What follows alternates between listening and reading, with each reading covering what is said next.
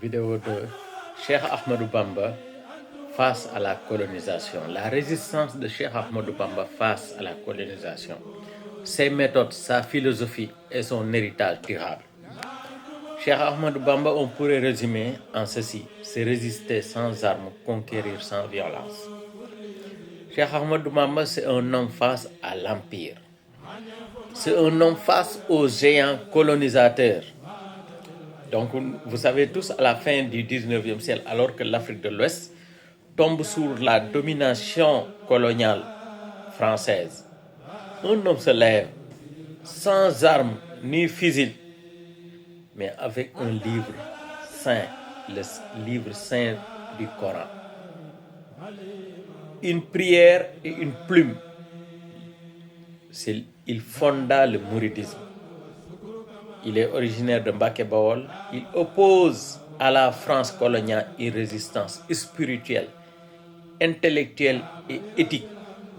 Le contexte, parlons du contexte de l'époque. L'administration coloniale française veut briser toute forme d'autonomie religieuse, politique ou culturelle.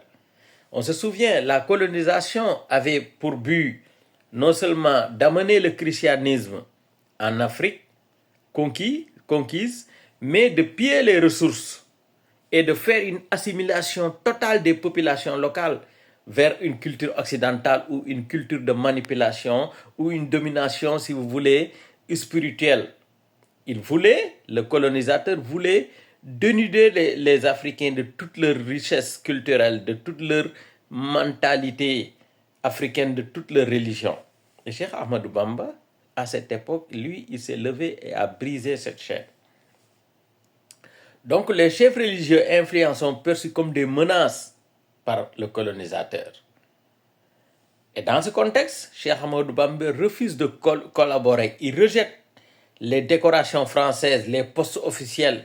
Il refuse d'enseigner un islam contrôlé par les colons. Il développe une stratégie non violente révolutionnaire. Plutôt que la guerre, Cheikh Ahmadou Bamba choisit l'éducation massive des talibés. La production agricole, c'est-à-dire que les populations locales autochtones produisent elles-mêmes ce qu'elles ont besoin comme alimentation. C'est une production agricole autonome, c'est-à-dire concevoir des daras autour des champs collectifs.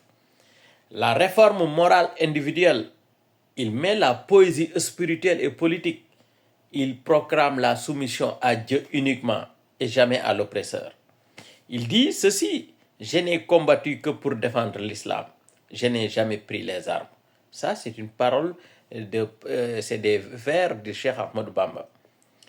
Et ensuite vient la persécution, l'exil, les prisons, les tentatives d'assassinat. En 1895, il est déporté au Gabon, précisément à Libreville. Pendant 7 ans, loin de sa ville natale, loin de sa communauté, loin de sa ville sainte Touba, loin de sa mosquée, loin de toute sa famille. Et en 1903, il est de retour, mais suivi d'un second exil au Mali, précisément à Koulikoro. Il est détenu dans les prisons de Thiès, Saint-Louis, Diourbel. Et Diourbel, il est mis en résidence surveillée, sans relâche. Les colonisateurs veulent à tout instant, en essayant l'isolement, les calomnies, les tentatives d'empoisonnement, mais il resta inébranlable. Et lui, ses armes étaient le travail et la prière, qui sont les fondements du mouridisme. Et Cheikh Ahmadou Bamba fonda une communauté basée sur deux piliers. Le premier pilier, c'est le khitma. C'est le travail comme acte spirituel. C'est-à-dire que les individus, en travaillant, c'est une forme de vénération envers Allah subhanahu wa ta'ala. Et le deuxième point, c'est ibada. C'est la prière comme acte de résistance. Au lieu d'aller prendre des armes, donc on remplace les armes par la prière. Les disciples de Cheikh Ahmadou Bamba cultivent la terre, bâtissent des daras, des routes, des villes comme la ville sainte de Touba, devenant autonome dans un système colonial oppressif.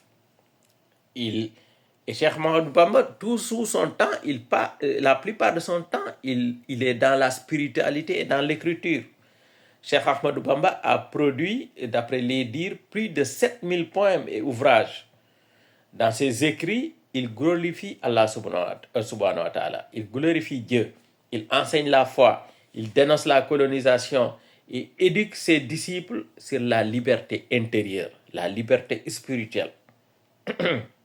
Il dit quelque part dans ses écrits, ils ont les fusils, moi j'ai la foi. Ils ont les chaînes, j'ai le zikr. Et ça c'est révélateur comme philosophie. Et il a eu des résultats, des impacts. Par exemple, il a pu fonder la ville de Touba, aujourd'hui la plus grande ville sainte, une des plus grandes villes saintes du Sénégal. La création d'un ordre social autochtone. Aujourd'hui, si vous allez à Touba, il y a une manière de vivre, il y a une manière de penser, il y a même une manière de se vêtir. Il est l'inspiration des mouvements anticoloniaux. Il a inspiré beaucoup d'acteurs religieux, d'acteurs politiques. On se souvient au Mali, récemment, pendant la Révolution, on a vu des guides religieux, des imams sortir et diriger des révolutions. Et des millions de disciples dans le monde sont adhérés à la communauté mouride. Le Magal de Touba, le plus grand pèlerinage annuel en Afrique de l'Ouest. C'est des résultats qu'on peut voir et tâter. Et il a eu des alliés et des oppositions partout durant son existence. Cheikh Ahmadou Bamba ne fut pas seulement combattu par les Français, parce que lui, il a mené la religion musulmane, l'islam, et en ce temps-là, beaucoup de partis au Sénégal étaient païennes et adoraient, en fait, les divinités africaines ou bien la culture africaine. Et certains chefs traditionnels africains jaloux ou collaborateurs du colon ont aussi participé à sa marginalisation. Mais il n'a jamais répondu par la haine ni à la violence. L'héritage et la continuité de son œuvre est toujours d'actualité et grandit de jour en jour. Son œuvre, après sa mort, son œuvre fut l'un des fils les plus saillants en fait, dans le califat à Touba, fut Serigne Moustapha, Serigne Saliou, Serigne Fallou. Il y a Serigne Moustapha qu'on cite tout le temps, mais beaucoup Serigne Fallou et Serigne Saliou que nous avons connus. Voilà, on a grandi avec le califat de Serigne Saliou. Et maintenant, tous les fils de Serigne Touba ont quitté le monde. C'est les petits-fils maintenant qui se succèdent dans le califat. La ville de Touba symbolise aujourd'hui l'indépendance spirituelle, l'autonomie économique et une discipline ethnique. C'est une révolution sans sang.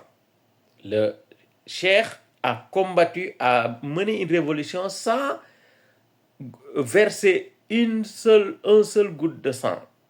Cheikh Ahmadou Bamba a démontré qu'on peut résister sans tuer, construire sans haïr, libérer sans détruire. Il a opposé la lumière à l'obscurité, la foi aux armes, la foi aux canons, oui, la foi aux armes. Il a opposé la sagesse à la colonisation. Son combat est une philosophie universelle de dignité africaine, dont le monde a aujourd'hui besoin pour franchir cette étape de néocolonisation. Et aujourd'hui, c'est le Magal de Touba. Vous verrez plus de 5 millions de personnes converger vers la ville sainte. Et tout cela, c'est l'acte d'un seul homme. C'est l'œuvre, c'est l'héritage d'un seul homme qui a combattu le colonisateur par des poèmes, la foi, des poèmes et une plume. Donc, Serigne Touba est une dimension internationale. On va plus développer sur la résistance et parler aussi des extraits de ces écrits que j'ai essayé de traduire en français, que j'ai chopé partout depuis plus de 15 jours. Donc, je vais vous faire part de ça.